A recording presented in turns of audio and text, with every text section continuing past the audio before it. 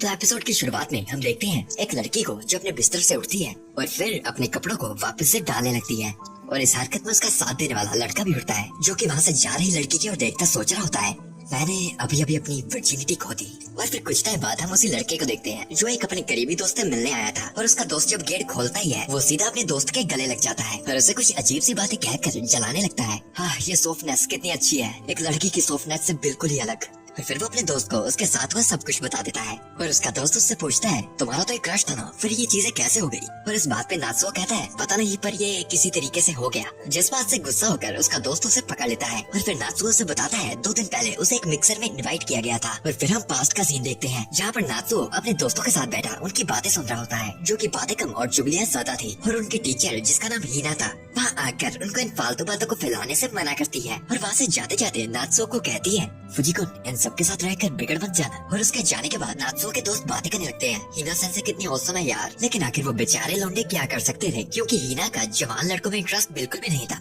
और फिर कुछ टाइम बाद वो सभी मिक्सर में आ जाते हैं, जहाँ पर नात्सुओ के दोस्त फ्लर्टिंग और फ्लैक्सिंग शुरू कर देते हैं। और फिर वहाँ पर आई सभी लड़कियाँ एक एक करके अपना इंट्रोडक्शन देती हैं। पर उनमें से एक लड़की थी जिसका इंट्रोडक्शन देने का शायद बिल्कुल भी मूड नहीं था और वो प्लेन तरीके से कहती है, मेरा नाम ताजिबा नारुई है। और फिर कुछ टाइम बाद हम उसी लड़की को बाहर देखते हैं जो कि जूस का गिलास बने आई थी। और फिर नात्सुओ वहाँ पर आकर उसे पूछता है, क्या तुम एंजॉय नहीं कर पा रही? और फिर वो दोनों थोड़ी सी बातें करते हैं और फिर नात्सुओ से बताने लगता है कि कैसे एक दोस्त ने उसे बदलने की कोशिश की थी। और फिर जब नात्सुओ की नजर ध्यान से उस लड़की पे पड़ती है वो देख पाता है कि उसका फेस हीना सेंसे से काफी ज्यादा सिमिलर था। और फिर वो दोनों साथ में उस जगह से बाहर आ जाते हैं और बाहर घूमते हुए बातें करने लगते हैं। एंड फिर वो लड़की नात्सुओ से एक मदद मांगती है। एंड अगले ही सीन में हमें देखने को मिलता है कि वो लड़की नात्सुओ को आज अपने घर ले आई है, जहाँ पर आज उन दोनों के अलावा कोई भी नहीं था। और फिर वो उसे अपने रूम में ले चलती है और अपने बिस्तर पे बैठने के बाद वो उसे कहती है, क्या तुम मेरे साथ करोगे? और नात्सुओ को समझ नहीं आता कि आखिर उन सब लोगों में से उसने सिर्फ उसे ही क्यों चुना।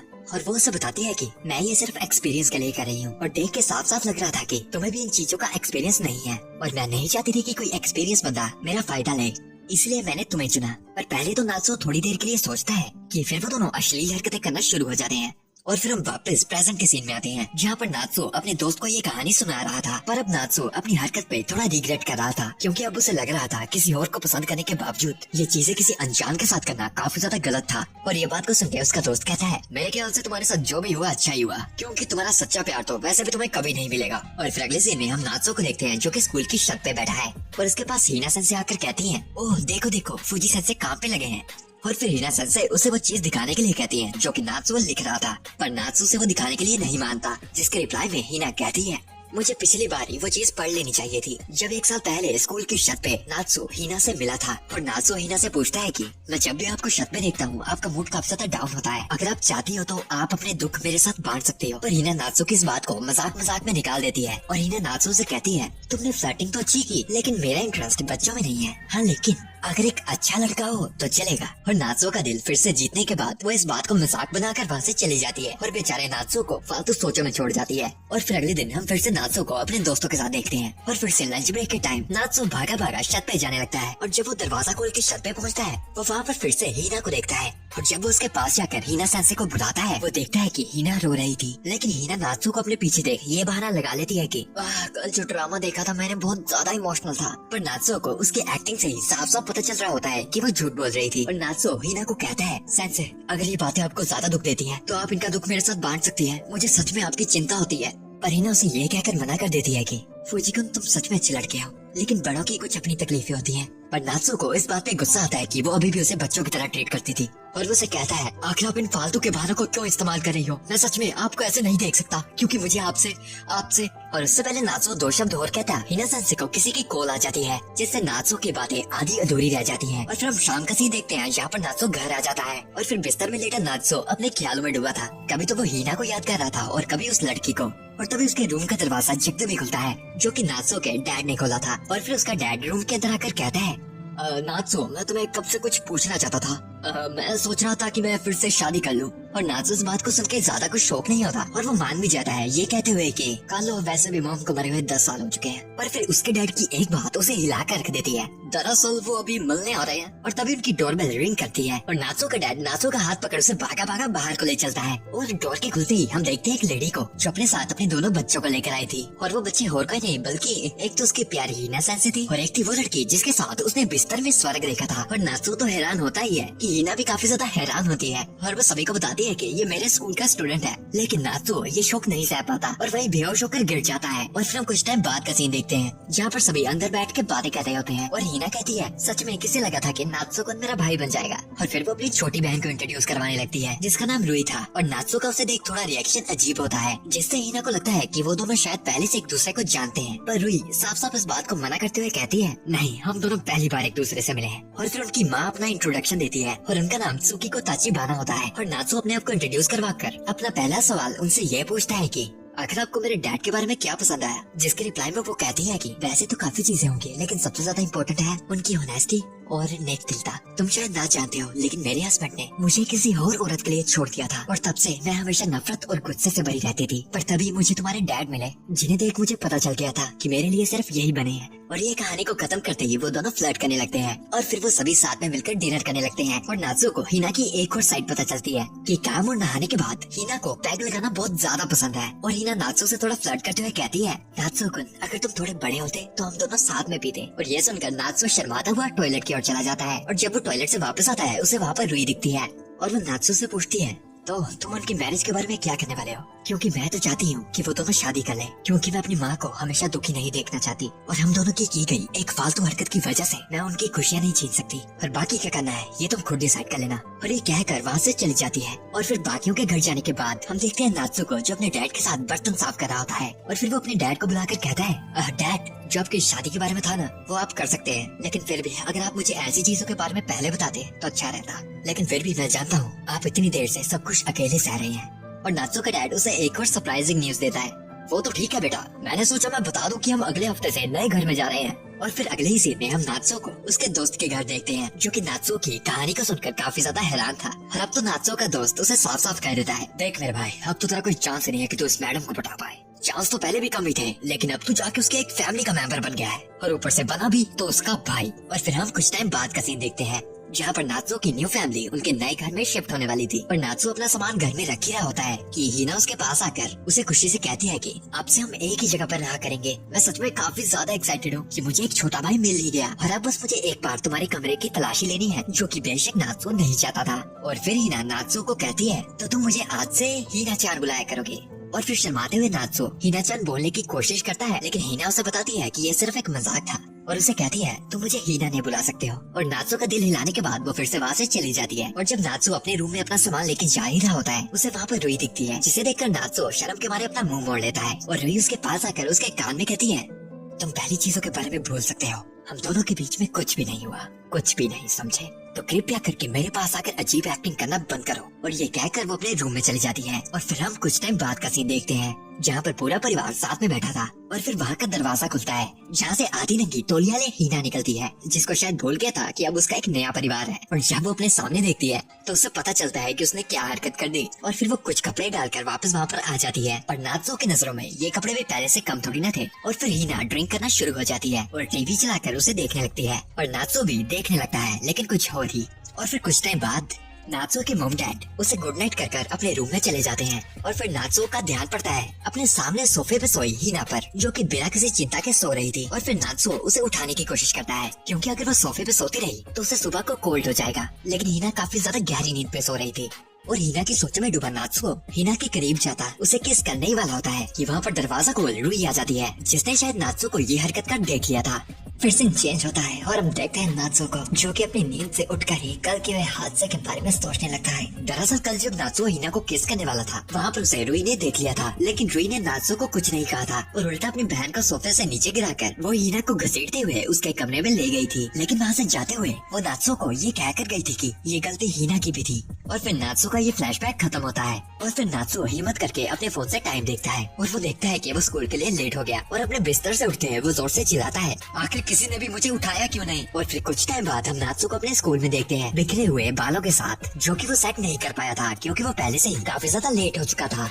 और फिर नात्सु के दोस्त उसे बताते हैं कि तुमने सुना है क्या, क्लास 2 में एक नया स्टूडेंट आया है और मैंने तो ये भी सुना है वो एक काफी ज्यादा सुंदर लड़की है। और फिर नात्सु के दोस्त उसे जबरदस्ती घसीटते हुए क्लास 2 की ओर ले चलते हैं ताकि वो देख पाए आखिर कितनी का सुंदर हूर परी आई है। लेकिन उस हूर परी को देखकर वो तीनों के तीनों काफी ज्यादा हैरान हो जाते हैं क्योंकि वो लड़की वही थी जो उनके मिक्सर में आई थी और नात्सु की नई बहन रुई ताचिबाना। और नात्सु को दरवाजे में देख रुई उसके पास आती है और उसके बालों का मजाक उड़ाने लगती है और उससे पूछने लगती है कि मुझे पक्का पता है तुम अपना लंच लाना भूल गए होगे, वो मोमलेट टेबल पे छोड़ा था। पर उससे पहले इस बात को कोई पूरा सुन लेता, नात्सु रुई का मुंह बंद कर देता है। और फिर हम उन दोनों को अकेले में स्कूल ग्राउंड में देखते हैं और नात्सु रुई से पूछता है तो तुमने स्कूल बदलने का डिसाइड किया। और रुई नात्सु को इसकी वजह बताती है जो कि थी उनका नया घर उसके पुराने स्कूल से काफी ज्यादा दूर था। और फिर नात्सु रुई को बताता है कि दरअसल हमारे रिश्ते के बारे में मुझे नहीं लगता कि हमें किसी को बताना चाहिए कि हम अब भाई बहन है, और वैसे भी लोग अजीब अजीब तरह की अफवाहें फैलाएंगे। और रुई अपनी जगह से उठते हुए उसे कहती है कि जो तुम्हारी मर्जी है वो कर लो।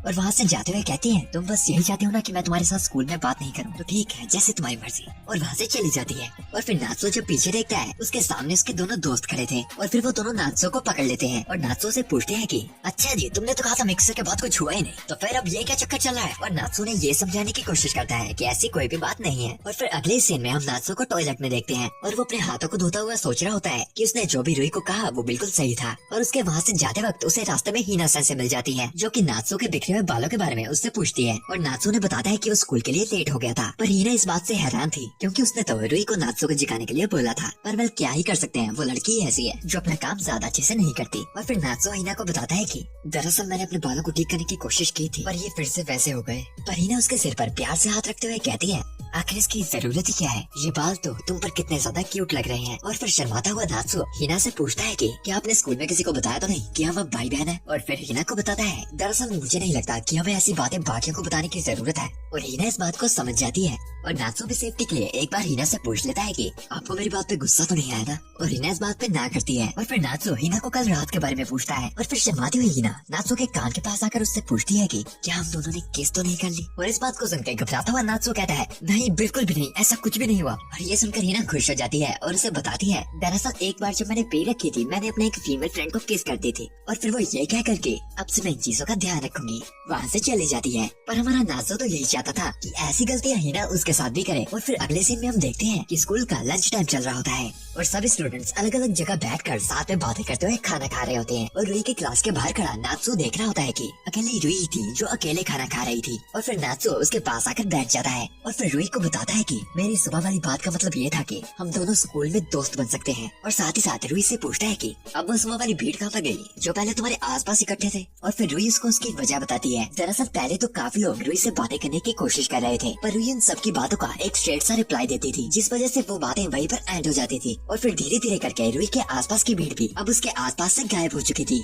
और फिर रुई के फ्लैशबैक को सुनने के बाद नात्सु रुई को कहता है तुम्हारा तरीका ही तुम्हारी मुसीबत की वजह है। और फिर रुई नात्सु को उसके बालों के बारे में पूछती है जो कि नात्सु ने अभी तक ठीक नहीं किए थे। और फिर नात्सु से बताता है कि दरअसल मैंने पूरी कोशिश की थी पर पता नहीं क्यों ये ठीक नहीं हो पा रहे। और ये सुनकर रुई अपने बैग से एक लोशन निकालती है और एक ब्रश भी। और फिर नात्सु के बालों को सेट करने में उसकी मदद करती है और अपने बालों को सेट करवा रहा नात्सु सोच रहा होता है कि ये लड़की बुरी नहीं है, बस इसे लोगों से बात करने का तरीका नहीं पता। और फिर रुई नात्सु के बालों को पहले जैसा सेट कर देती है। और फिर नात्सु रुई को उसकी कमियां बताने लगता है कि उसे लोगों से बातें करने का तरीका बदलना पड़ेगा। और रुई खुद इस बात से काफी ज्यादा परेशान होती है। पर तभी नात्सु उसे कहता है चिंता मत करो मैं तुम्हारी मदद करूंगा, जो कि रुई के पल्ले नहीं पड़ता। और फिर नात्सु अपना लेसन शुरू करता है और अपनी आवाज को चेंज करता कहता है ए रुई तुम अपनी छुट्टियों वाले दिन क्या करती हो। और रुई ये देख थोड़ा कंफ्यूज थी कि आखिर नात्सु क्या करने की कोशिश कर रहा है। और नात्सु से बताता है मैं तुम्हारी क्लास की कोई भी एक लड़की की एक्टिंग करने की कोशिश कर रहा हूँ, चलो फिर से करते हैं। और फिर नात्सु जो भी एक सवाल पूछता है रुई उसका आंसर बिल्कुल ही स्ट्रेट दे रही थी, मतलब कि रुई को एक बात को आगे बढ़ाना नहीं आ रहा था। और धीरे धीरे करके नात्सु भी परेशान हो जाता है और फिर वो दोनों अजीब बातों पर बहसने लगते हैं जिनको पूरी क्लास देख रही थी। और फिर जब उनकी फालतू की बहस खत्म होती है पूरी क्लास उनकी बातों पर हंसने लगती है। और कुछ लड़कियां रुई को कहती हैं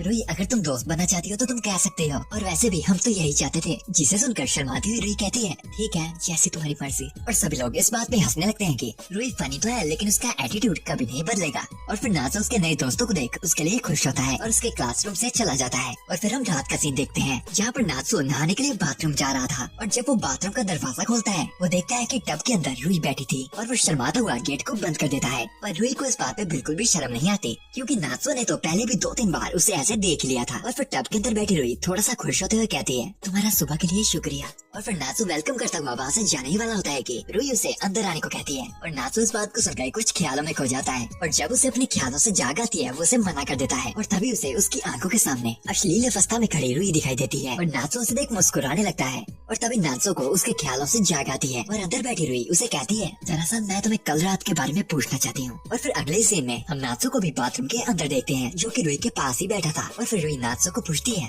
क्या तुम हिनाने को किस करने की कोशिश कर रहे थे? पहले तो मुझे लगा था तुम बस एक हराम करोगे और यहाँ तो एक हवस के पुजारी, पर आज जो तुमने किया है उसके बाद मुझे लगता है कि मुझे तुम्हारी बात भी सुन लेनी चाहिए। और फिर नात्सो से पूछती है, क्या तुम उसका मूड अच्छा करने की कोशिश कर रहे थे क्योंकि तुम्हें उसके बॉयफ्रेंड के बारे में पता चल गया और उसका रिलेशन कैसा चल रहा है वो भी। और इस बात को सुनकर नात्सो रुई से पूछता है कि क्या सांसें मुश्किलों से गुजर रही हैं?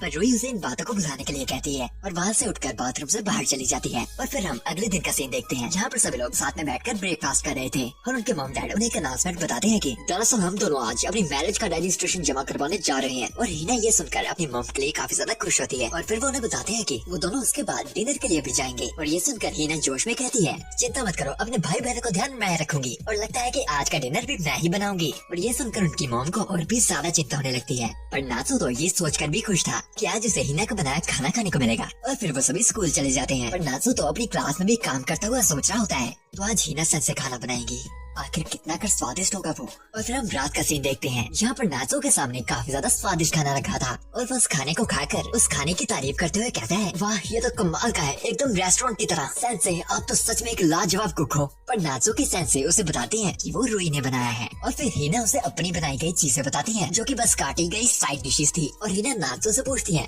क्या तुम डिसअपॉइंटेड हो? पर नात्सो हिना के द्वारा गए कच्चे टमाटर को खाकर कहता है, वाह कितना स्वादिष्ट है।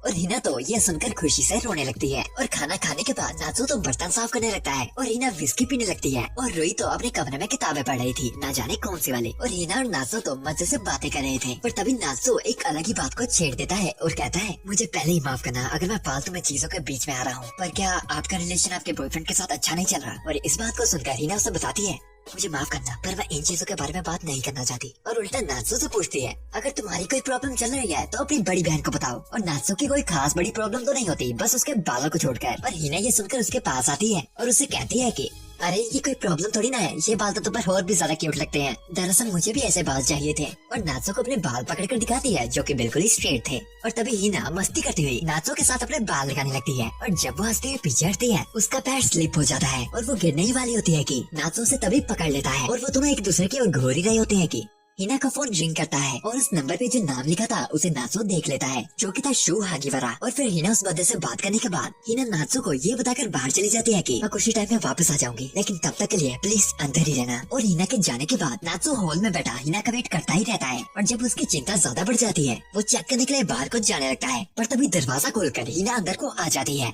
पर वो काफी ज्यादा दुखी और निराश लग रही थी। और नात्सो हिना के पास जाकर उसे इस चीज के बारे में पूछता है, पर हिना उसे सिर्फ ये बता रही थी कि वो बिल्कुल ही ठीक है। और तभी कोई उनके दरवाजे को जोर जोर से खटखटाने लगता है और वो दोनों बाहर रुके उस दरवाजे को नहीं खोलते। पर इन आवाजों को सुन अपने कमरे से रुई भी बाहर आ जाती है और सीधा जाकर उस दरवाजे को खोल देती है। और दरवाजा खुलते ही अंदर और कोई नहीं बल्कि उनके मॉम डैड आते हैं और उन्हें बताते हैं कि वो उनके लिए एक प्रेजेंट लाए हैं जो कि था एक चीज केक। और फिर वो सभी अंदर जाने लगते हैं। और फिर रात होने के बाद अपने बिस्तर में लेटा नात्सो इस घटे हुए हादसे के बारे में सोच रहा होता है, जिसके बाद सीन चेंज होता है और हम देखते हैं नात्सो अपनी क्लास में बैठा किसी चीज के बारे में सोच रहा होता है। और फिर जब छुट्टी का टाइम हो जाता है नात्सो स्कूल से सीधा उस शॉप पे आ जाता है जहाँ पे उसका दोस्त काम करता था। और उसके शॉप में एंटर करते ही सभी उसका वेलकम करते हैं। और फिर नात्सो के दोस्तों से पूछता है कि तो अब कौन सी मुसीबत आ गई?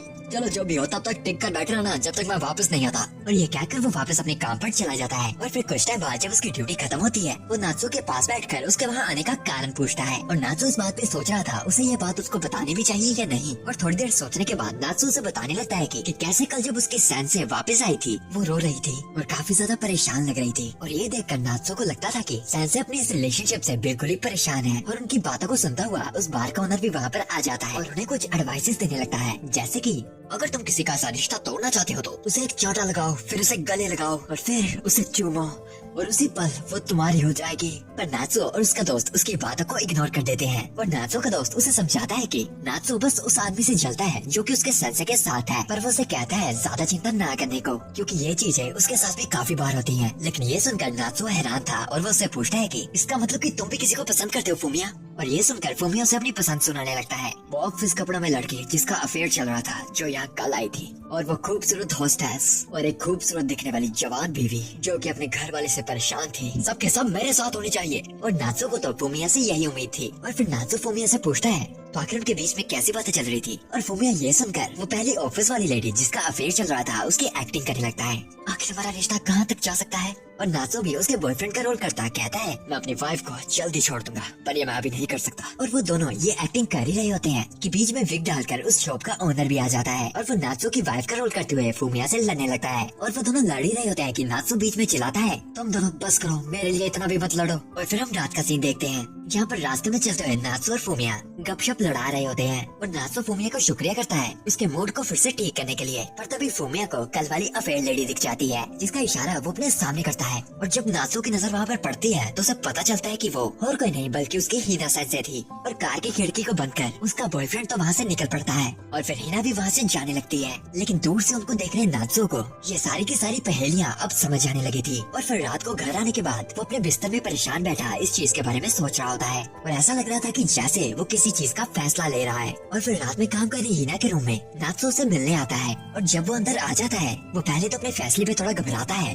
पर फिर हिम्मत जुटाने के बाद वो हिना से पूछ लेता है कि सेंसे आपका कोई अफेयर तो नहीं चल रहा ना? और ये सुनकर हिना बिल्कुल शॉक थी और वो नात्सो से इस बात को पूछने का कारण पूछती है और नात्सो से बताता है कि मेरे दोस्त ने आपको उस बंदे के साथ देखा था जिसका आपके साथ अफेयर चल रहा है। पर हिना इस बात को टालने लगती है जिसके सबूत में नात्सो हिना और उस बंदे के बीच में हुई बातचीत को हिना को बोलकर सुना देता है। और फिर हिना भी इस बात को नहीं छुपाती और फिर नात्सो हिना के कंधों को पकड़कर उसे इस बात के बारे में पूछने लगता है। पर हिना साफ साफ उसे कह देती है कि ये बड़ों का मैदान है तो अगर बच्चे इसके बीच में ना ही पड़े अच्छा रहेगा। और फिर इस बात को यही खत्म कर वो नात्सो को वहाँ से जाने के लिए कहने लगती है। पर तभी नात्सो हिना को किस कर लेता है और किस का सवाल लेने के बाद हिना नात्सो को धक्का लगाकर पीछे कर देती है और नात्सो को एक जोर का चाटा मारती है। और निराश हुआ नात्सो हिना से माफी मांगता है मुझे माफ करना पर मैं। और नात्सो कुछ कहने ही वाला होता है कि पर हिना उसे शर्ट से पकड़ती है और एक खतरनाक सी किस करने लगती है और उसका स्वाद लेते लेते वो दोनों बिस्तर पर गिर जाते हैं और हिना नात्सो की टी शर्ट खोल देती है और बिस्तर और नात्सो दोनों पर हावी होने लगती है। और फिर हिना जब नात्सो के और करीब आने लगती है नात्सो थोड़ा सा घबरा जाता है जिसे देख हिना उसे कहती है देखा तुम डर रहे हो, तुम जितने मर्जी कूल बनने की कोशिश कर लो, आज आकर तुम्हारी आंखें वही बच्चों वाली है। और ये कहकर वो नात्सो से हटती है और अपने रूम का दरवाजा खोलकर नात्सो को बाहर का रास्ता दिखाने लगती है। और नात्सो भी उठकर उसके कमरे से बाहर जाने लगता है पर वो काफी ज्यादा निराश था क्योंकि एक तरह से तो हिना ने उसकी बेइज्जती ही की थी। और नात्सो के वहाँ से जाने के बाद हिना गेट को बंद कर लेती है और नीचे जमीन पे बैठकर उस कांड के बारे में सोचने लगती है जो कि उसने अभी अभी किया था। और दूसरी तरफ हम नात्सो की ओर देखते हैं जो कि अपने रूम में बैठकर रो रहा था। और फिर हमें अगले दिन का सीन दिखाया जाता है और हम हिना रुई और उनकी मॉम को किचन में देखते हैं। और तभी नात्सो का डैड भागता हुआ आता है और उन्हें एक लेटर दिखाता है जो कि उसे नात्सो के रूम से मिला था जिसपे लिखा था कि वो कुछ दिनों के लिए अपने दोस्त के घर रुकेगा। और उसका डैड तो इस बात से परेशान था कि शायद नात्सो को उसके डैड की फिर से शादी करने से प्रॉब्लम थी। और इस बात को सुनकर हिना भी काफी ज्यादा घबरा चुकी थी क्योंकि शायद कल जो भी उसके और नात्सो के बीच में हुआ था उसी वजह से नात्सो घर नहीं आ रहा। और दूसरी तरफ हम देखते हैं फूमी अपने काम से घर आया अपने कमरे के दरवाजे को खोलता ही है कि उसे दिखाई देता है वहाँ पर लेटा हुआ नात्सो। और फिर कमरे के अंदर आने के बाद वो नात्सो से कहता है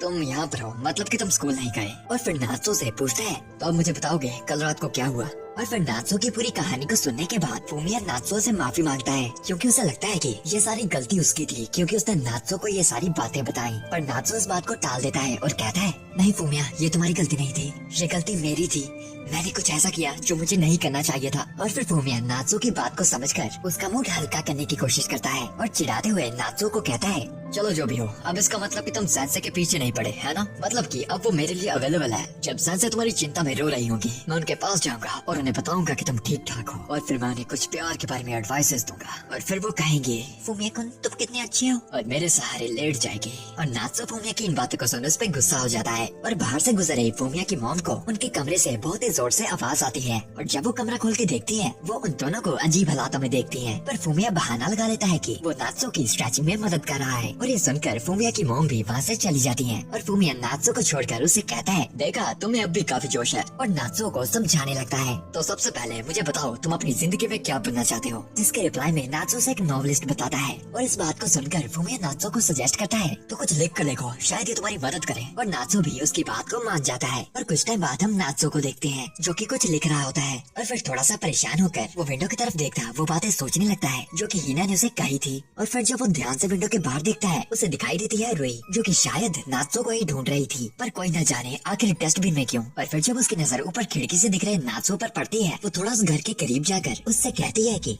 क्या मैं भी तुम्हारे दोस्त के घर रह सकती हूँ। और फिर नात्सो रुई की बातों को डिटेल में सुनने के लिए नीचे आ जाता है और फिर वो रुई को कहता है, क्या तुम थोड़ी सी पागल वागल तो नहीं हो ना, क्योंकि तुम मुझे डस्टबिन जैसी जगह में ढूंढ रही थी, मैं क्या कोई पालतू जानवर लग रहा हूँ तुम्हें। और इस बात का रिप्लाई देते रुई नात्सो को बताती है, मुझे लगा था तुम्हें कोई गाड़ी से टक्कर मारकर ठोक गया होगा। और वो दोनों ये फालतू बातें कर ही रहे होते हैं कि फूमिया की मदर बाहर से सामान खरीद कर घर आ जाती है। और जब वो नात्सो को रुई के बारे में पूछती है, नात्सो ने बताता है कि ये मेरी छोटी बहन है। और फिर फूमिया की मदर उन दोनों को घर के अंदर चलने को कहती है, क्योंकि घर के तो काफी ज्यादा तेज बारिश चल रही थी। और फिर जब फूमिया अपने काम से वापस आता है और अपने कमरे का दरवाजा खोलता है, वो देखते हैं उन दोनों को जो कि शायद उसका ही वेट कर रहे थे। और तभी फूमिया की छोटी बहन भी घर आ जाती है और जब उसकी नजर पड़ती है फूमिया के कमरे में, वो बिल्कुल हैरान होकर कहती है, बड़े भैया ये लड़की क्या आपकी गर्लफ्रेंड है। जिसके रिप्लाई में फूमिया कहता है, हाँ बेशक। और फिर हम कुछ टाइम बाद देखते हैं वो दोनों फूमिया को बता रहे होते हैं कि रुई को हिना की अफेयर के बारे में काफी ज्यादा पहले से पता था, क्योंकि उसने हिना को अपने बॉयफ्रेंड के साथ अफेयर की बातें करते हुए सुन लिया था। और फिर रुई उन दोनों को बताती है कि उसने अपनी बहन को ये सब चीजें रोकने को कहा था, पर हिना ने रुई की बात को टाल दिया था और इसीलिए रुई ने डिसाइड किया कि वो तब तक घर नहीं जाएगी जब तक वो दोनों ब्रेकअप न कर ले। और उनकी बातों के बीच में ही फूमिया उनसे सवाल पूछता है कि तो क्या तभी तुम दोनों का ताका बिड़ा था। और रुई को पता लग जाता है कि नात्सो ने फूमिया को सभी बातें बता रखी है, पर फिर भी उसे कोई खास चिंता नहीं होती, क्योंकि फूमिया उसके स्कूल थोड़ी ना जाता था। और फिर बाकी बातों को हटाकर नात्सो उन दोनों को कहता है, मैं चाहता हूँ कि सेंसे का ब्रेकअप हो जाए। और बेशक रुई भी यही चाहती थी। और फिर फूमिया उन दोनों को कहता है, लगता है कि आज काफी ज्यादा प्लानिंग करनी पड़ेगी। और फिर रात के समय नात्सो और रुई अपने घर को आ जाते हैं और वो देखते हैं कि पूरे घर में बिल्कुल ही अंधेरा कर रखा है। और जब वो डाइनिंग रूम का दरवाजा खोलते हैं और वहाँ की लाइट्स को ऑन करते हैं, वो देखते हैं अपने मॉम डैड को। और रुई की मॉम तो उसे देखते ही गले लगा लेती है और नात्सो की नजर पड़ती है टेबल पे रखे डिवोर्स पेपर्स पे। और जब वो उसका कारण पूछता है, वो उसे बताते हैं कि उन्हें लगा कि तुम उनकी मैरिज के खिलाफ हो, पर नात्सो इस बात से साफ साफ मना कर देता है। और उसका डैड उसके पास आकर उसे कहता है, मेरे बेटे अगर तुम्हें कोई भी परेशानी हो तो मुझे बस साफ साफ बता देना। और ये कहकर रोने लगते हैं। और तभी वहाँ पर भागती हुई हिना भी आ जाती है, जो कि नात्सो को सही सलामत देखकर खुशी से रोते हुए फर्श पर गिर जाती है और बार बार नात्सो से माफिया मांगने लगती है। और ये देखकर नात्सो भी थोड़ा खुश था कि हिना को अब भी उसकी चिंता हो रही थी। और फिर हम अगले दिन का सीन देखते हैं, जहाँ पर नात्सो ब्रेकफास्ट करने के लिए अपने कमरे से नीचे जा ही रहा होता है कि उसे रास्ते में हिना दिख जाती है, जो कि उसे गुड मॉर्निंग विश करने आई थी। लेकिन नात्सो उसे इग्नोर कर सीधा किचन की ओर निकल जाता है और रुई के पास बैठकर उसे कहता है, आज रात से हम अपना प्लान शुरू करेंगे।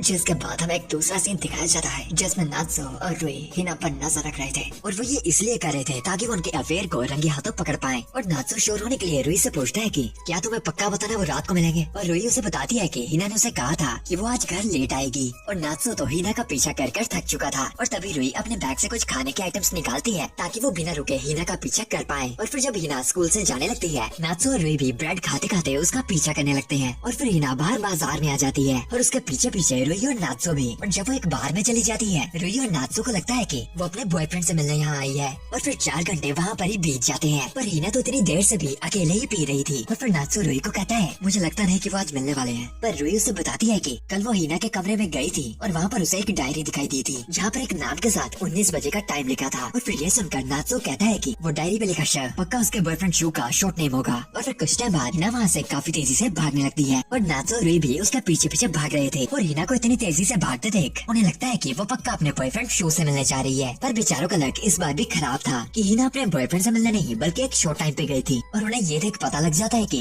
हिना की डायरी पे लिखा शू की नहीं बल्कि शॉर्ट टाइम की शॉर्ट फॉर्म थी। और फिर जब हिना शॉर्ट टाइम कॉन्सर्ट से वापस आती है, वो वहाँ से खुश होते हुए जाने लगती है और नात्सो और रुई भी उसका पीछा कर रहे होते हैं। और फिर हिना अपने घर को जाने लगती है। पर अगले दिन नात्सो और रुई फिर से हिना का पीछा करते हैं, पर इस बार उनके साथ फूमिया भी आया था। और नात्सो फूमिया को बताता है, हमें कम से कम इतना तो पता चला है कि सैनसे को अपना फ्री टाइम काफी ज्यादा पसंद है। और फिर तभी वो देखते हैं कि हिना अपना हाथ हवा में उठाकर किसी को अपनी ओर बुलाने लगती है और उन्हें लगता है कि वो हिना का वही बॉयफ्रेंड होगा जिसके साथ हिना का अफेयर चल रहा था। पर उनका लक इस बार भी खराब की हिना से मिलने बस उसके एक स्टूडेंट आई थी जो कि हिना से कुछ फ्यूचर एडवाइसेस मांग रही थी। और ये सब देखकर फूमिया उन दोनों को बताता है कि हमने अब तक जितना भी देखा उससे ये एकदम नॉर्मल टीचर लग रही है। और फिर नात्सो और रुई को अपना अगला प्लान सुनाने लगता है। और फिर हमें रात का सीन दिखाया जाता है जहाँ हिना बाथरूम में अपने कपड़े उतार रही होती है और फिर अपने कपड़ों को उतार कर वो अंदर जाकर नहाने लगती है। और इसी मौके का वेट कर रही होती है रुई दरवाजा खोलकर फटाफट अंदर जाती है और हिना का फोन वहाँ से उठाकर ले जाती है।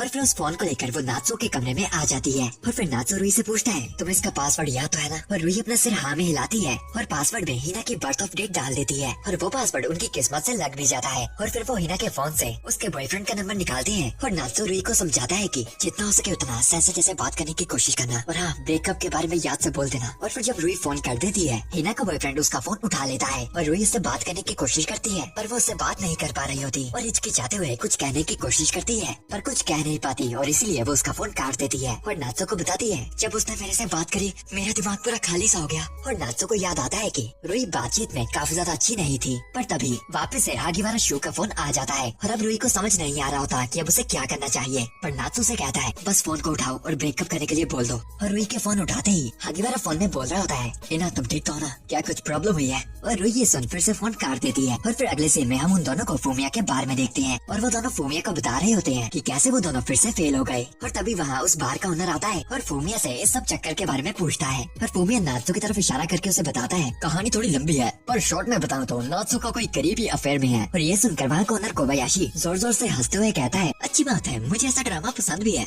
पर नात्सो इस बात से चिढ़ जाता है और उसे कहता है ये हंसने की बात नहीं है, आपको पता है हमने कितनी कोशिश की। और फिर कोबायाशी नात्सो की बात से सिंपैथी करता कहता है मुझे सच में तुम लोगों की जवानी से जलन होती है। और बात उनको समझाने ही वाला होता है कि वहाँ पर और कस्टमर आ जाते हैं जो कि और कोई नहीं हिना और उसका बॉयफ्रेंड हागिवारा शू था। और हिना उन दोनों को वहाँ पर देख काफी ज्यादा शौक थी। और जब हागिवारा हिना से उन दोनों के बारे में पूछता है हिना उसे बताती है कि वो दोनों उसके भाई बहन हैं। और तभी नात्सो अपनी सीट से उठता है और जोर से चिल्लाता कहता है प्लीज सैनसे के साथ ब्रेकअप कर लो। और फिर गुस्से में हागिवारा के पास जाता है और जाकर उसे उसके कॉलर से पकड़ लेता है और उसे कहता है अब ये झूठ मत बोलना कि तुम्हारी शादी नहीं हुई, तुम जानते हो ना कि तुम गलत कर रहे हो, तो अब बस करो, आखिर तुम कितनी देर तक सैनसे के पीछे पड़े रहोगे। और उससे पहले बात हद से ज्यादा पार चली जाती। कोबायाशी वहाँ पर आकर नात्सो को शांत करता है और उन सबको बैठकर इस बात को सुलझाने के लिए कहता है। और कुछ टाइम बाद हम उन चारों को एक दूसरे के आमने सामने बैठा देखते हैं और कोबायाशी उनका खाना सर्व कर वापस अपनी जगह चला जाता है। और वो और उसके अंदर एक और काम करने वाली लड़की इस पूरे कलेश का मजा उठा रहे थे। बस बेचारा फूमिया उन दोनों में फंस चुका था। और दूसरी तरफ शू उन दोनों से अपने आप को इंट्रोड्यूस करवा रहा होता है और वो प्यार से उन्हें बताता है मेरा नाम है हागिवारा शू, मैं 32 साल का हूँ, शादी हुई है पर बच्चा कोई नहीं और मैं 2 सालों से हिना-सान से डेट करता काफी ज्यादा खुश रहा हूँ। पर तभी रुई उसके इंट्रोडक्शन को टोक देती है और उनसे पूछती है कि उन दोनों की डेटिंग में पहला स्टेप किसने उठाया था। और वो बताती है जिसने पहला स्टेप उठाया होगा ये सारा लफड़ा उसी का दोष होगा। और हागिवारा से बताता है शुरुआत दरअसल मैंने ही की थी, मैं जानता हूँ कि तुम अपनी बहन की चिंता करती हो। और रुई और नात्सो से इसके बारे में माफी मांगता है और उन्हें बाकी बातें समझाने की कोशिश करता है। पर इस बार नात्सो उसकी बात को टोकता हुआ उससे कहता है कि इतने भोले मत बनो, तुम जानते हो कि तुम एक अफेयर कर रहे हो और यहाँ पर बात ऐसे कर रहे हो जैसे कि ये कोई मामूली बात है। क्या तुम्हें अपनी वाइफ और सैनसे दोनों पर तरस नहीं आता? क्या तुम्हें बिल्कुल भी शर्म नहीं आती? पर शू इस बात से सहमत था और वो फिर से नात्सो को समझाने की कोशिश करता है और उससे कहता है देखो नात्सो, मैं जानता हूँ कि मेरे में बहुत सी कमियां हैं पर मैं फिर भी हिना से सच्चा प्यार करता हूँ और अगर तुम्हें मेरी शादी से प्रॉब्लम है तो फिर मैं डिवोर्स ले लूंगा। पर नात्सो ये बात सुनकर गुस्सा हो जाता है और उसे कहता है मुझे नहीं लगता कि तुम सैनसे के लायक हो। जो बंदा इतने दिनों से सैनसे को रुला रहा है आखिर वो बंदा उन्हें आखिर कैसे खुश रखेगा। और हागिवारा ये सुनकर कि हिना रो रही थी प्यार से हिना का हाथ पकड़ लेता है और उसे प्यारी प्यारी बातें करके दिलासा देने लगता है। और नात्सो को उसकी भोली बातों को सुनकर गुस्सा आ रहा होता है और वो कोई गलत हरकत करने ही वाला होता है। और तभी रुई पानी के गिलास को उठाती है और सारा पानी हागिवारा के मुंह में मारती है और वहाँ से रोती हुई चली जाती है। और नात्सो भी भागा भागा उसके पीछे चला जाता है और दूर से ये व्यू देख रही इस बार में काम करने वाली वो लड़की काफी ज्यादा इमोशनल होकर रोने लगती है क्योंकि वो तो उसे एक फैमिली ड्रामा जैसे एंजॉय कर रही थी। और तभी उसका मूड बदलता है और वो खुशी में वहाँ की सफाई करने चली जाती है। और ये सब देख रहा कोबायाशी फूमिया को बताता है बाकी सब ठीक था लेकिन मुझे नहीं लगा था कि पहले भटकने वाली रुई होगी। और दूसरी तरफ हम देखते हैं कि नात्सो भागता हुआ रुई का पीछा कर आखिर उसके पास जाकर पहुंच जाता है और निराश हुई रुई को देखकर नात्सो रुई को शुक्रिया करता है और उसे बताता है कि अगर तुम ये नहीं करती तो शायद ये मैं कर देता। नहीं सच बताऊं तो मैं तो उसे मुक्का मारने की सोच रहा था। और थोड़ा सा मजाक करते हुए कहता है कि और अगर तुम चाहती हो तो हम दोनों अभी साथ में जाकर उसे पीट सकते हैं, वो वैसे भी अभी दुकान के बाहर होगा, तो क्या कहती हो? पर रुई रोते हुए नात्सो को कहती है मैं उस हरामजादे को देखना तक नहीं चाहती और रोने लगती है। और उस फ्रस्ट्रेटेड हुई रुई को देखकर नात्सो उसके पास जाता है और उसके कंधे पे हाथ रख उसे सहारा देने की कोशिश कोशिश करता है और रुई भी नात्सो के गले लगकर रोने लगती है। और दूसरी तरफ हम देखते हैं कि हिना और हागिवारा साथ में जा रहे होते हैं, पर हिना हागिवारा से अपने भाई बहन की करतूतों की वजह से उससे माफी मांगती है, पर हागिवारा इस बात को जाने देता है और हिना को समझाता है कि अपनी इस उम्र में बच्चे ऐसे ही होते हैं। और साथ ही साथ हिना को बताता है, मुझे सबसे एक और खास चीज पता चली, नात्सो तुम्हें पसंद करता है ना? और फिर हिना से पूछता है, आखिर तुम्हें नात्सो कैसा लगता है? पर हिना उस बात को ये कहकर टाल देती है कि वो सिर्फ उसके लिए एक फैमिली है। पर हागिवारा भी इस बात को सुनकर इस बात को मजाक के नाम पर खत्म कर देता है। पर तभी हिना अपना फैसला ले लेती है और हागिवारा को बताती है, और अपनी इस फैमिली को मेरे लिए इतना कुछ करते देख मैंने एक फैसला लिया है कि हमें अपने रिश्ते को यहीं पर रोकना पड़ेगा। यानी हागिवारा को ब्रेकअप के लिए कह देती है। और तभी हागिवारा हिना को गले लगा लेता है और हिना को समझाता है कि उसे कुछ अपने बारे में भी सोचना चाहिए। और फिर हम अगले दिन का सीन देखते हैं, जहाँ पर नात्सो को सुबह सुबह जाग आ जाती है और वो अपने बिस्तर से उठकर सीधा बाथरूम में निकलता है। और तभी उसे अपने सामने रुई दिखाई देती है, जिसके चेहरे और बालों दोनों की हालात बुरी थी।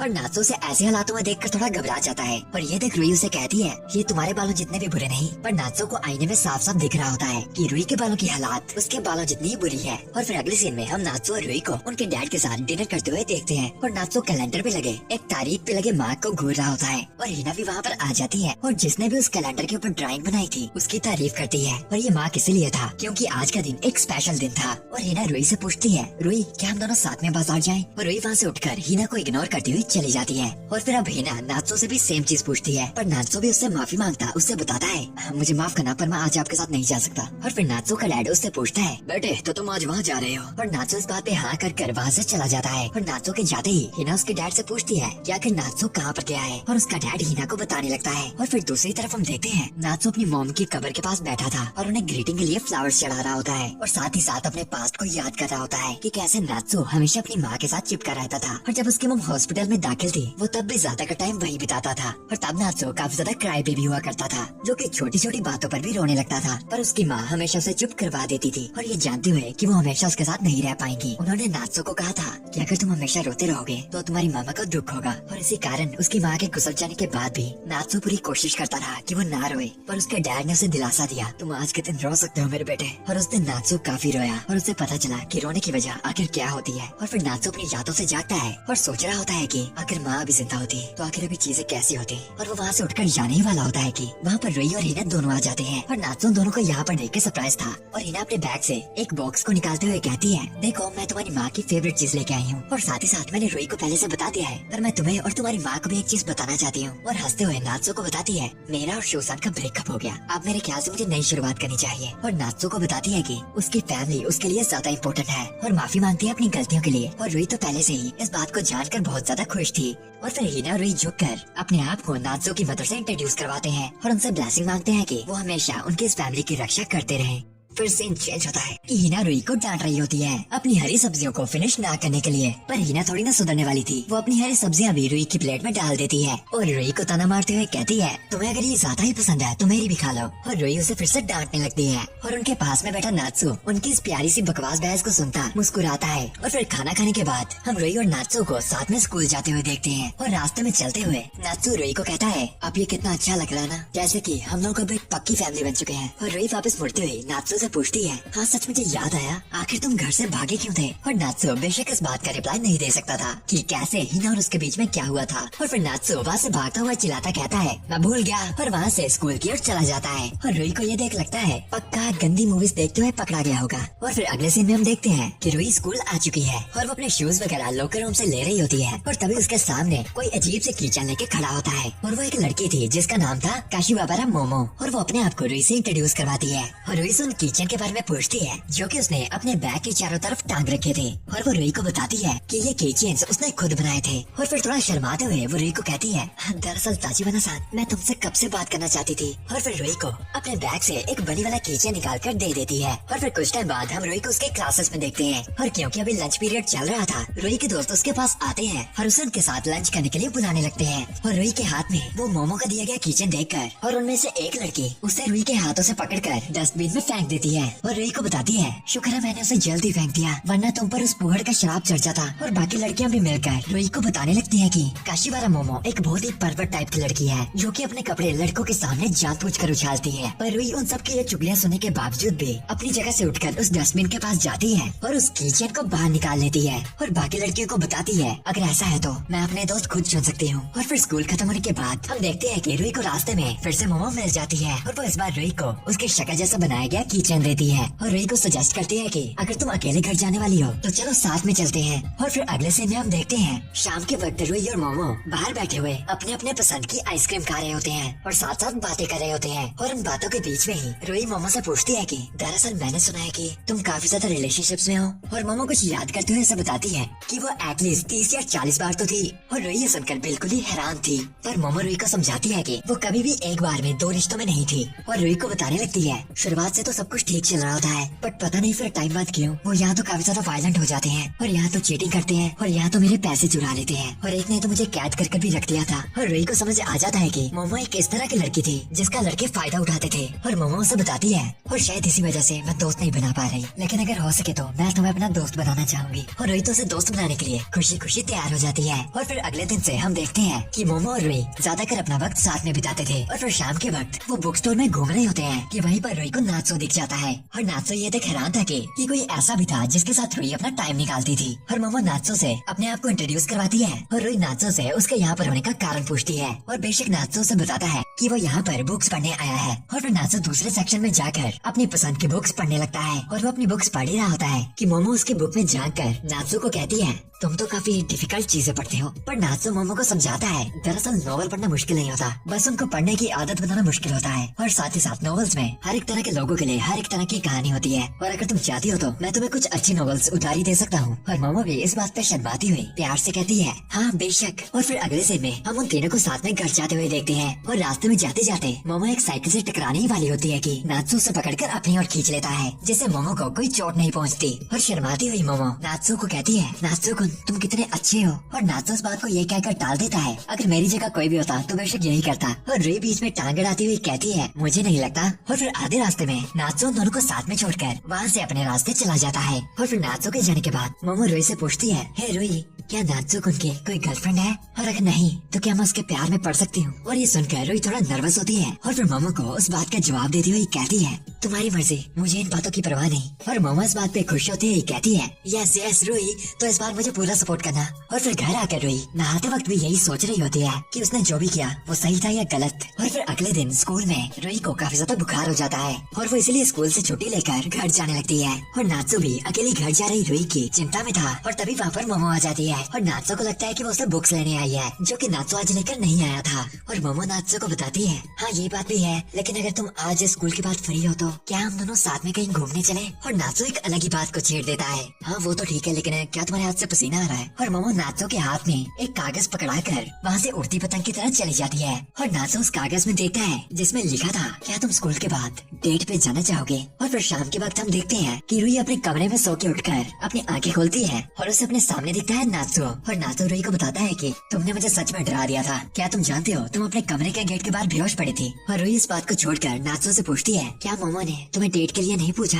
और नात्सो रुई को बताता है, हाँ उसने मुझे लाइन पे मैसेज भेजने के लिए कहा था, लेकिन मैं लाइन यूज ही नहीं करता और साथ ही साथ मैं तुम्हें यहाँ पर अकेला थोड़ी ना छोड़ सकता था। और फिर नात्सो रुई से पूछता है, क्या तुम्हें कुछ चाहिए तो नहीं। और रुई से बताती है कि उसे एक टॉवल, गर्म पानी और पजामास चाहिए ताकि वो अपने आप को साफ कर पाए। और नात्सो उसे ये सब चीजें लाकर दे देता है कि रुई वहीं के वहीं अपने कपड़े उतारने लगती है। और नात्सो शर्माता हुआ उठकर वहाँ से जाने ही वाला होता है कि रुई उसे रोककर उसकी मदद करने को कहती है। और फिर नात्सो रुई के साथ बिताई गई उस अश्लील रात को इग्नोर करता हुआ उसकी मदद कर देता है। और फिर जब रुई वापस से सो जाती है, नात्सो अपने फोन के मैसेजेस चेक करता है और उसे हिना का भेजा गया मैसेज दिखता है जहाँ पर लिखा था कि हिना आज लेट घर आएगी, मतलब कि तब तक नात्सो को रुई का ध्यान रखना पड़ेगा। और फिर कुछ घंटे सोने के बाद रुई जब अपनी आंखें खोलती है, उसे अपने सामने कुर्सी पे बैठा हुआ नात्सो दिखाई देता है, जो कि तब से उसके साथ ही था। और फिर लेटी हुई रुई नात्सो से एक अजीब सा सवाल पूछती है, हे क्या तुम किसी को पसंद करते हो। और नात्सो को बता देती है कि मोमो नात्सो को पसंद करती है, लेकिन जो चीज रुई को समझ नहीं आ रही थी कि रुई को मोमो और नात्सो को साथ में देखकर एक जलन सी महसूस हो रही थी, और इसलिए वो जानना चाहती थी कि नात्सो मोमो के बारे में क्या सोचता है। और फिर रुई के वापस होने के बाद लेट आधी रात को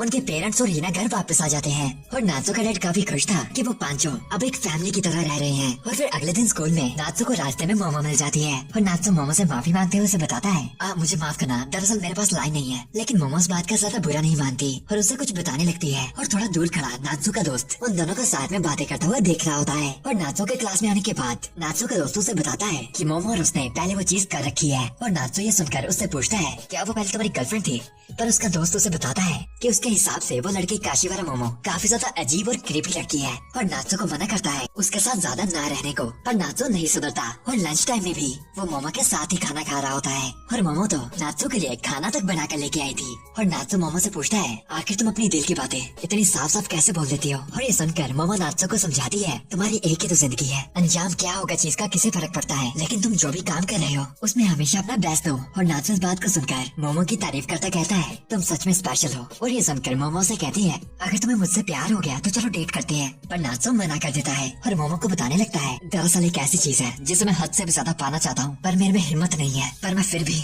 और नात्सो को सैड होता हुआ देख मोमो उसके गाल पर एक किस करती है, और स्कूल के बाद उसे अपने घर पर इनवाइट करती है। और फिर शाम के वक्त मोमो के घर हम देखते हैं कि नात्सो और मोमो कुछ अश्लील हरकतें कर रहे होते हैं, और मोमो नात्सो के ऊपर चढ़ जाती है कि तभी नात्सो के फोन में कोई मैसेज आ जाता है। और फिर जब नात्सो उठकर मैसेज चेक करता है तो वो उसे उसके पेरेंट्स ने भेजा था। और मैसेज चेक करने के बाद वो दोनों फिर से अपना काम करने शुरू हो जाते हैं, और नात्सो उसकी शर्ट के बटन खोल ही रहा होता है कि तभी उसे मोमो के हाथ में एक दाग सा दिखाई देता है। पर मोमो उस निशान को छुपा लेती है, और नात्सो को इसके बारे में चिंता ना करने को कहती है। पर नात्सो बेड से उठकर वापस अपनी शर्ट के बटन कस लेता है, और मोमो से पूछता है क्या यहाँ आसपास कोई सुपरमार्केट है। और फिर वो बाहर से सामान खरीद कर लाता है, और मोमो के लिए अपने हाथों से बनाए गए नूडल्स बनाता है, जो कि मोमो को काफी ज्यादा स्वादिष्ट लगते हैं। और वो इस बात पे नात्सो की तारीफ करती है, और नात्सो मोमो को कहता है किसी के साथ खाना खाना सच में काफी अच्छी फीलिंग देता है ना, और जब भी तुम अकेली पड़ो तुम मुझे बता सकती हो, तब मैं फिर से तुम्हारे लिए कुछ बना दूंगा। हर मोमो नात्सो के इस काइंडनेस को देखकर रोने लगती है, और रोते हुए नात्सो को बताती है ये पहली बार है कि इन घाव को देखने के बावजूद भी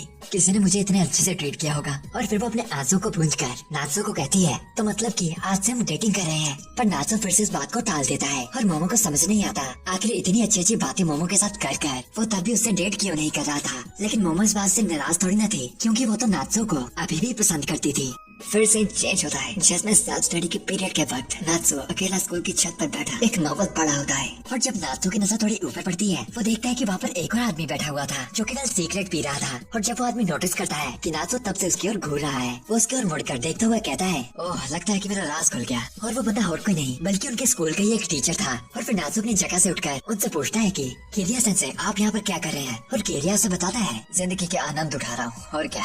और किरिया नात्सो से पूछता है तुम फूजी कौन हो ना, लेकिन मैंने तो तुम्हारी क्लास में सेल्फ स्टडी करने को कहा था, तो तुम यहाँ पर क्या कर रहे हो। और जब किरिया की नजर नात्सो के हाथ में उस बुक पे पड़ती है, किरिया नात्सो से माफी मांगता हुआ कहता है उप्स तो तुम पढ़ ही रहे थे, तुम सच में एक अच्छे स्टूडेंट हो, मेरे जैसे टीचर को तुम पे सच में प्राउड है। और फिर वो नात्सो से उसके फेवरेट राइटर्स पूछता है, और फिर नात्सो से बताता है अगर हम नए ऑथर्स के बारे में बात करें तो वो दसाई यतानिज़ाकी होंगे, लेकिन ये वाली बुक हासुकावा यू ने लिखी है। और किरिया नात्सो के कुछ ज्यादा ही करीब आकर कहता है तुम्हारा टेस्ट अच्छा है, और फिर नात्सो की तारीफ कर वहाँ से चला जाता है। और नात्सो समझ नहीं आता कि अभी अभी ये सब हुआ क्या। और फिर जब नात्सो छत से नीचे आ जाता है उसे रास्ते में ही रुई दिखाई देती है, और वो नात्सो के पास आकर उसे कहती है तुम सही टाइम पे मिले, दरअसल मुझे तुम्हारी एक मदद चाहिए। और नात्सो को ये सुनकर एक पल में वो ख्याल आता है कि रुई फिर से उसके साथ वो करना चाहती थी। पर नात्सो को उसके ख्यालों से जगाती हुई रुई उसे बताती है कि दरअसल मैं एक क्लब ज्वाइन करना चाहती हूँ, और इसलिए क्लब को ढूंढने में उसे नात्सो की मदद चाहिए थी। और नात्सो उसके साथ जाने के लिए मान जाता है। और तभी रुई थोड़ा जेलस होते हुए उसे बताती है कि मोमो ने उसे कहा कि जो नूडल्स नात्सो ने उसके लिए बनाए थे वो काफी ज्यादा स्वादिष्ट थे, पर वो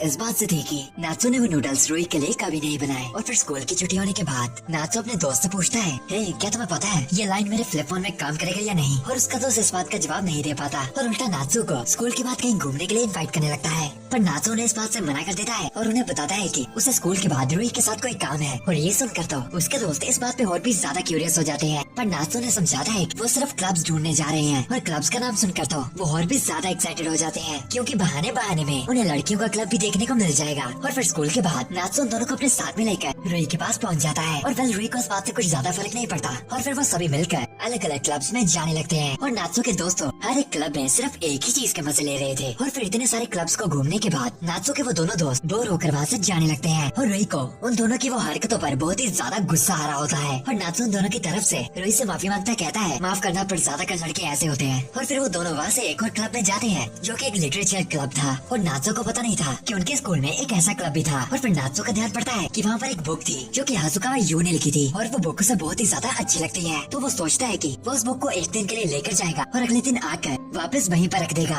और फिर अगले दिन नात्सो उस बुक को वापस रखने आ जाता है और जब वो उस बुक को अपनी जगह पर रख ही देता है उसे अपने करीब से एक लड़की की आवाजें सुनाई दे रही होती हैं जो कि अपने सेंसे को किसी चीज से रुकने को कह रही थी। और फिर जब नात्सो वहाँ पर देखता है तो उसे दिखते हैं किरिया सेंसे जो किसी लड़के के साथ दबादब किस करने लगे थे। और फिर नात्सो चुपके से वहाँ से जाने लगता है कि उसके शूज उसका साथ नहीं देते और आवाज कर देते हैं। और फिर जब नात्सो अपने पीछे देखता है तो उसके सामने वो दोनों मौजूद होते हैं। और जब नात्सो उनसे पूछता है आप दोनों कर क्या रहे थे तो किरिया के साथ खड़ी लड़कियों से बताती है दरअसल सेंसे की आँख में एक बाल पड़ गया था तो मैं वही निकाल रही थी। और नात्सो इस बात पे यकीन भी कर लेता है। और तभी किरिया नात्सो के पास आकर उसे कहता है कहीं तुम्हें ये तो नहीं लगा कि तुमने कुछ अलग ही चीज देख ली। और घबराया हुआ नात्सो उसे बताता है कि उसने ऐसा कुछ भी गलत नहीं सोचा था। और तभी किरिया नात्सो के कंधे में हाथ रखकर उस लड़की को बताता है कि उन्हें नया क्लब मेंबर मिल चुका है। और उससे पहले नात्सो उस बात को टालता था किरिया उसके पैर पे पैर रखकर उसे कहता है तो चोर जी तो तुम्हें किताब चुरा के घर ले गए वो भी बिना परमिशन के और तुम इसे बोरो करना कहते हो। और नात्सो को मजबूरी में ही वो क्लब ज्वाइन करना पड़ जाता है। और इस बात से खुश होकर वो सामने वाली लड़की अपने आप को इंट्रोड्यूस करवाती कहती है मेरा नाम आशियारा मियो है और मैं इस क्लब की हेड भी हूँ। और किरिया ये देख कर कहता है लगता है कि अब हमें क्लब पब्लिकेशन कर देना चाहिए। और फिर स्कूल के बाद वो नात्सो और आशियारा को क्लब के कागज बांटने को कहता है। और फिर स्कूल के बाद नात्सो और आशियारा साथ में बातें करते हुए वो लेयर्स बांटने को जा रहे थे। और नात्सो आशियारा से पूछता है क्या पहले कभी भी इस क्लब की एडवर्टाइजमेंट नहीं हुई क्योंकि मुझे पता तक नहीं था कि हमारे स्कूल में कोई लिटरेचर क्लब भी है। और आशियारा से बताती है क्योंकि वो उस क्लब की ओनली मेंबर थी तो उसे क्लब्स के इवेंट में कभी बुलाया नहीं गया और इसलिए वो बहुत ही ज्यादा खुश थी जब नात्सो ने उनके क्लब को ज्वाइन किया। और फिर शाम के वक्त हम नात्सो और आशियारा को स्कूल से घर जा रहे स्टूडेंट्स को अपनी क्लब के पेपर्स बांटते हुए देखते हैं। और नात्सो बाकियों को पेपर्स बांटता बांटता एक पेपर स्कूल से आ रही रुई के हाथों में भी पकड़ा देता है। और जब रुई उससे पूछती है कि आखिर वो क्या कर रहा है तो नात्सो से बताने लगता है कि कैसे उसने उस क्लब को ज्वाइन किया। और तभी उनकी बातों के बीच में किरिया भी न जाने कहां से टपक पड़ता है और नात्सो को कहता है चिंता मत करो तुम्हारी मेंबरशिप मैंने सबमिट करवा दी है और याद तो होगा ही तुमने सारी जिंदगी गुलामी करने की कसम खाई थी। और ये कहकर चिढ़ाता हुआ वहाँ से जाने लगता है। और फिर सभी पेपर्स बांटने के बाद नात्सो चैन से सांस लेता है। और फिर जब वो भागकर आशियारा के पास जाता है वो देख पाता है कि आशियारा के पास अब भी काफी ज्यादा पेपर्स पड़े थे मतलब कि वो उन पेपर्स को बांट नहीं पाई। और फिर नात्सो आशियारा के पास आता है और उससे वो पेपर्स लेकर फ्रंट गेट की तरफ जाने लगता है ताकि वो उन पेपर्स को अच्छे से बांट पाए। और आशियारा नात्सो से माफी मांगते हुए कहती है मुझे माफ करना पर मैं इन चीजों में ज्यादा अच्छी नहीं हूँ। पर नात्सो से समझाता है चिंता मत करो सभी कोई न कोई चीज में बुरे होते ही हैं। और उसको दिलासा देने के बाद अपना काम करने चला जाता है। और फिर अगले दिन हम देखते हैं स्कूल में नात्सो जब अपने लॉकर्स खोलता है उसे अपने शूज के ऊपर एक लेटर दिखाई देता है और नात्सो उसे चुपके से खोलता है क्योंकि उसे लग रहा था कि ये एक लव लेटर है। पर बेचारे की उम्मीदों पर इस बार भी पानी फिर जाता है क्योंकि वो लेटर तो किरिया का था और उसमें लिखा था कि आज उनके क्लब की कोई एक्टिविटी होने वाली है। और फिर कुछ टाइम बाद हम नात्सो को क्लब में देखते हैं और किरिया नात्सो से पूछता है तुमने पहले कभी भी कोई स्टोरी लिखी है क्या। और नात्सो से बताता है कि वो अभी भी एक स्टोरी पे काम कर रहा है और स्टोरी का जॉनर रोमांस है। और किरिया नात्सो से पूछता है तो असलियत में तुम्हारा रोमांस में कैसा एक्सपीरियंस है। और नात्सो से बताता है ठीक ठाक ही। और किरिया साफ समझते हुए कहता है मतलब कि सिर्फ एक तरफ के प्यार का। और ये सुनकर तो अब नात्सो को भी शक होने लगता है कि किरिया कोई जादू वगैरह जानता है। और फिर किरिया बताता है कि आशियारा भी रोमांस पे काम कर रही थी। और फिर वो दोनों को समझाते हुए कहता है देखो इमेजिनेशन से भी एक अच्छी स्टोरी लिख सकते हैं लेकिन इसका मतलब ये नहीं कि तुम रिसर्च और एक्सपीरियंस को इग्नोर करो। इसलिए तुम्हारे भले के लिए मैं चाहता हूँ तुम एक्सपीरियंस पाओ और तुम्हारे एडवाइजर होने के नाते मैं चाहता हूँ तुम दोनों अभी यहाँ पर किस करो। और लो जी एक और स्यापा पड़ जाता है और नात्सो किरिया को समझाने की कोशिश करता है लेकिन उससे पहले ही आशियारा ये चीज करने को मान जाती है और अपना मुंह नात्सो की तरफ करते हुए उठाती हुई वो किस करने को तैयार हो जाती है। और किरिया भी नात्सो को मनाता हुआ कहता है तुम आप पीछे नहीं हट सकते वरना उसकी फीलिंग्स टूट जाएंगी। और फिर जब नात्सो उसे किस करने ही वाला होता है वो देखता है कि आशियारा की आंखों से आंसू टपकने वाले थे। और फिर नात्सो उसे किस करने से पीछे हट जाता है और आशियारा को एक हैंकरशिप पकड़ाता है ताकि वो अपने आंसुओं को पूंछ पाए। और ये देखकर किरिया को नात्सो के कैरेक्टर के बारे में अंदाजा लग जाता है। और फिर रात को हम नात्सो को घर पर देखते हैं जो कि किरिया के कहने पर क्लब का पोस्टर बना रहा था। और जब हिना से पूछती है तो तुमने लिटरेचर क्लब ज्वाइन कर लिया। नात्सो से बताता है कि किरिया ने जबरदस्ती उससे वो क्लब ज्वाइन करवाया और एक फेलो सन से होने के नाते हिना भी ये मानती थी किरिया है तो अजीब सा बंदा लेकिन वो टीचर पढ़ाने में बहुत ही अच्छा है। और हिना नात्सो को कुछ चॉकलेट्स खिलाते हुए शांत होने को कहती है। और फिर तभी सोफे पर बैठी हुई रुई बोलती है मैं भी लिटरेचर क्लब ज्वाइन करूंगी।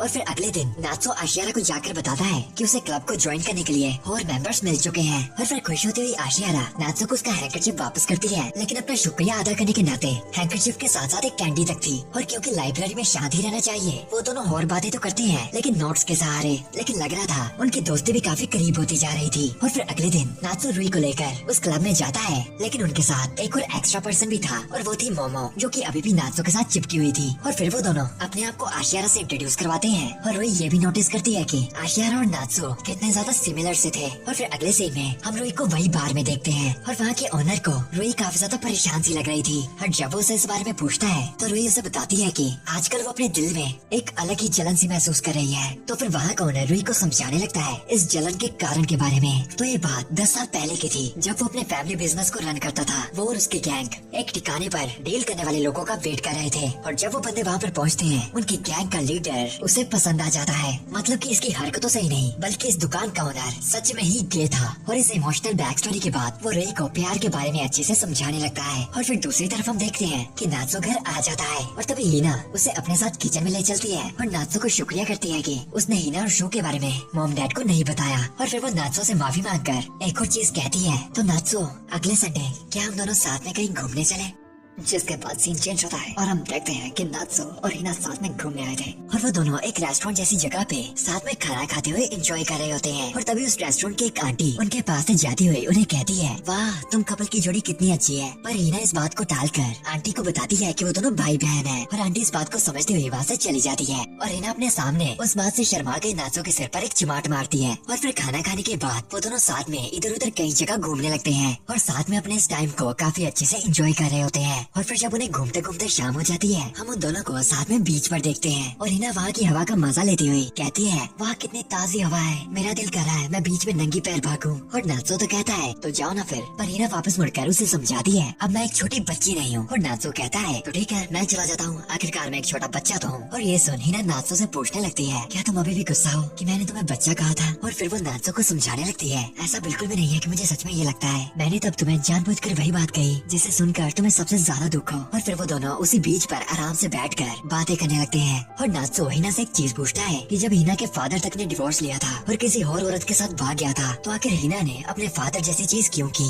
यानी उस आदमी के साथ अफेयर क्यों किया जिसकी पहले से ही शादी हो रखी है। और फिर हिना नात्सो को बताने लगती है कि वो शो से तभी मिली थी जब वो नात्सो की उम्र के आसपास होती थी और कि ये शो उसका पहला प्यार था। और फिर हिना नात्सो को अपने पास्ट के बारे में बताती है। दरअसल हिना के दोस्तों के ग्रुप में उनकी एक दोस्त थी जिसे एक लड़का बहुत ही ज्यादा पसंद था और हिना भी अपनी दोस्त को उन दोनों के साथ में होने का पूरा सपोर्ट करती थी। पर जब एक दिन उस लड़की ने नोटिस किया जिस लड़के को वो प्यार करती थी वो हमेशा हिना से ज्यादा बात करता था और धीरे धीरे कर उस लड़की को हिना से जेलसी होने लगी थी। और फिर वही लड़कियां जो कि हिना की कभी दोस्त होती थी, हिना के पीठ पीछे उसकी बुराइयां करने लगती है और ऐसी फालतू बातें फैलाने लगती है कि जैसे हिना जानबूझकर लड़कों के सामने क्यूट बनने की कोशिश करती है। और वही टॉयलेट के अंदर बैठी हुई हिना उसके दोस्तों की ये सब चुगलियां सुन भी लेती है। और फिर तभी से हिना लंच पीरियड में भी हिना अकेले में खाना खाने के लिए साइंस लैब में जाती है और जब वो अपने दोस्तों की बातों को याद कर रोने वाली होती है तभी उसकी मुलाकात शो से हुई थी जो कि वहाँ का टीचर था। और शो ने एक हैंडी डॉल के सहारे से फनी जोक सुनाकर हिना को वापस खुश कर दिया था। और फिर खाना खाने के बाद जब हिना वहाँ से जाने लगती है वो अपने सेंसे यानी शो से पूछती है, सेंसे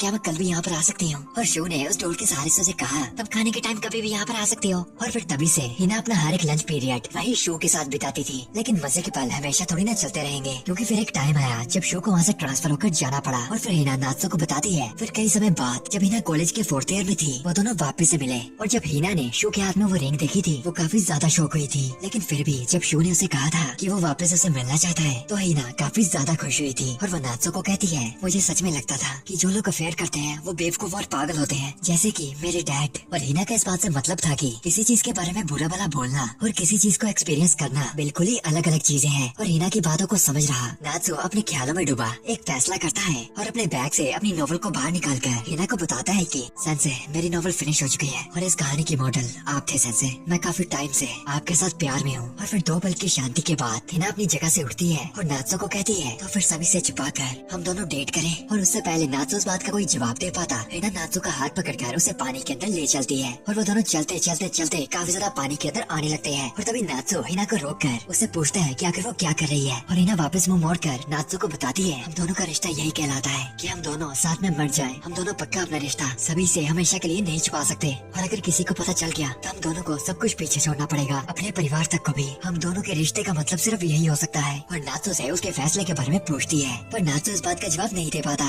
और फिर हिना ये कहकर वहाँ से जाने लगती है। किनारे पे वापस जाने के बाद हम दोनों वापस एक नॉर्मल फैमिली बन जाएंगे। और जाते हुए हिना को रोकता हुआ नात्सो से कहता है, सेंसे क्या आप मेरी सिर्फ एक इच्छा पूरी कर सकते हैं? और फिर हिना को गले लगाकर वो अपने ठुकराए गए प्यार के बारे में सोचकर रोने लगता है। सेंसे। और फिर रात के समय वापस घर आने के बाद उनकी मोम उनका वेलकम करती है और उन दोनों से पूछती है आखिर उनके वो कपड़े कहाँ गए जिनमें वो दोनों गए थे। और हिना बहाना लगाते हुए कि उनके वो कपड़े बीच में खेलते हुए भीग गए। और फिर रात के समय हिना अपने रूम में हिना नात्सो की उस नॉवल को पढ़ती पढ़ती रो रही होती है। और फिर सुबह को नात्सो भी जब जागता है वो देखता है कि उसकी बेड की डोर पर उसकी नॉवल पड़ी थी और उसी के साथ साथ एक कागज था जिसके ऊपर थैंक यू लिखा था। और फिर वापस से उनके नॉर्मल से दिन की शुरुआत हो जाती है। हिना स्कूल में पढ़ाती है, नात्सो बाकी स्टूडेंट्स की तरह स्कूल में पढ़ता है और मोमो हर एक चांस मिलते नात्सो से फ्लर्ट करती है। और फिर ऐसे ही नात्सो का पूरा दिन बीत जाता है और अपने हाथ में वही थैंक यू के कागज को पकड़कर वो बिस्तर पे लेटा हिना के ख्यालों में डूबा हुआ था कि तभी उसके दरवाजे पर रुई आती है और नात्सो से अंदर आने की परमिशन लेती है। और जब नात्सो गेट खोलता है रुई अंदर आकर उसके बेड पर बैठ जाती है और नात्सो से पूछती है कि आखिर वो इतनी रात को क्या पढ़ रहा था। और नात्सो से बताता है कि वो क्लब से ली गई एक नॉवल पढ़ रहा था। और नात्सो उसके पास बैठकर उससे पूछता है आखिर तुम यहाँ कहने की आई हो, कह दो ना। और तभी रुई नात्सो का हाथ पकड़ लेती है और नात्सो को ये पल्ले नहीं पड़ता कि आखिर वो ये क्यों कर रही है। जब हम पहले दिन मिले थे तब हमने किस नहीं की थी। और नात्सो भी इस बात से सहमत था कि ये लॉजिक तो अजीब सा है पर किसिंग एक स्पेशल फीलिंग देती है। और तभी रुई नात्सो का हाथ कसकर पकड़कर उसे अभी किस करने को कहती है। पर नात्सो उसे समझाने की कोशिश करता है कि वो दोनों अब एक फैमिली है। और इस बात से ना सहमत होकर रोहित नात्सो से पूछती है तो फिर तुमने हिनाने को किस करने की कोशिश क्यों की थी। और नात्सो थोड़ा समझाते हुए कहता है क्योंकि पहली बार मैं अपनी उम्र के आसपास की लड़की के साथ रहने वाला था तो वो बस जो भी हुआ मैं आउट ऑफ कंट्रोल हो गया था। लेकिन जो भी हो हम दोनों भाई बहन होने के नाते ये चीज नहीं कर सकते। और साथ ही साथ बाकी क्या सोचेंगे अगर तुम्हारा और मेरा ये रिश्ता हुआ तो। और तभी नात्सो नोटिस करता है कि वो वही चीजें रुई को कह रहा था जो कि हिना ने उसे कही थी। और फिर अपने मन को संभालता नात्सो फाइनली रुई को कहता है मेरी पहली बात को भूलो, हम दोनों किस कर सकते हैं। और फिर वो दोनों एक दूसरे के आमने सामने बैठकर पहले तो धीरे से एक दूसरे के लिप को टच करते हैं और फिर तभी एक अच्छी सी किस करते हैं। और फिर किस करने के बाद रुई नात्सो से कहती है दरअसल मुझे ये अच्छा लगा। और फिर शर्माती हुई वो नात्सो से पूछती है हम ये किसिंग बाद में भी कर सकते हैं ना। पहले तो मैं सोचती थी आखिर किस करने में क्या होता होगा पर इसे करने के बाद मेरे को अच्छा सा महसूस हो रहा है जैसे कि मेरी चिंताएं दूर जा रही हैं। और फिर नात्सो के पास होकर वो उससे पूछती है क्या तुम्हें ऐसा नहीं लगता। और फिर नात्सो को गुड नाइट कहकर वो उसके कमरे से चली जाती है। और फिर नात्सो